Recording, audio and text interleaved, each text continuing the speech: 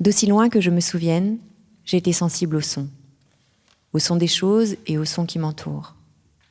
Enfant, cette perception me distinguait des autres, mais aussi de moi-même, m'ouvrant la porte d'un jardin secret, d'un champ infini de découvertes.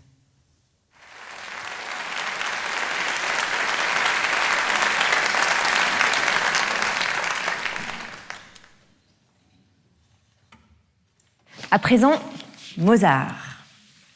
Pour Hermann Hesse, la gaieté et l'innocence de Mozart ne sont pas celles d'un enfant. J'aime bien, lorsque je repense au génie de Mozart, retrouver quelques repères.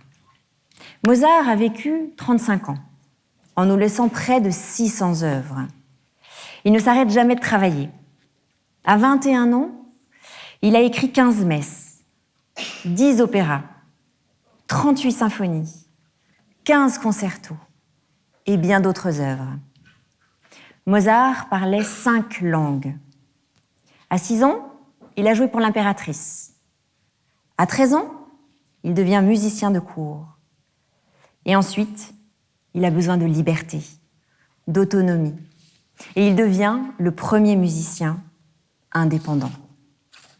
Avant de jouer la fantaisie en ré mineur, faite d'oppositions, à la fois lumineuse et tragique, contrastée et chantante, je vous propose d'explorer sa tonalité. La fantaisie commence en ré mineur et se termine en ré majeur. C'est une façon de passer de l'ombre à la lumière. Le choix de la tonalité, c'est le choix de la couleur musicale pour le compositeur, comme la palette est le choix de la couleur pour le peintre. Mozart a choisi ré mineur pour le premier thème.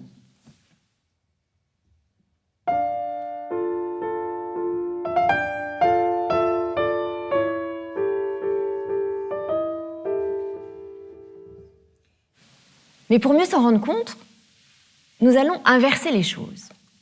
Voici à nouveau ce thème du début, mais cette fois éclairé par la tonalité de ré majeur, lumineuse, fondamentalement optimiste, à l'image de Mozart qui a écrit ceci : « Les gens qui ne rient jamais ne sont pas des gens sérieux. »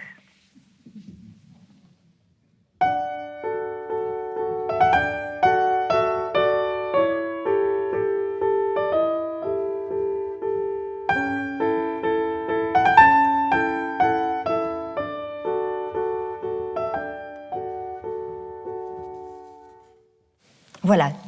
Si Mozart avait choisi ré majeur, c'est ce que nous aurions entendu. Et s'il avait choisi de garder l'ombre de ré mineur pour la fin, voici ce que cela donnerait.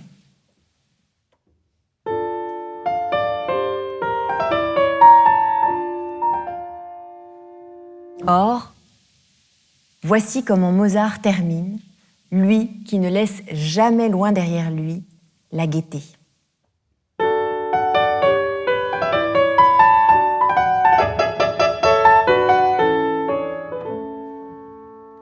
Voici donc la fantaisie en ré mineur de Mozart.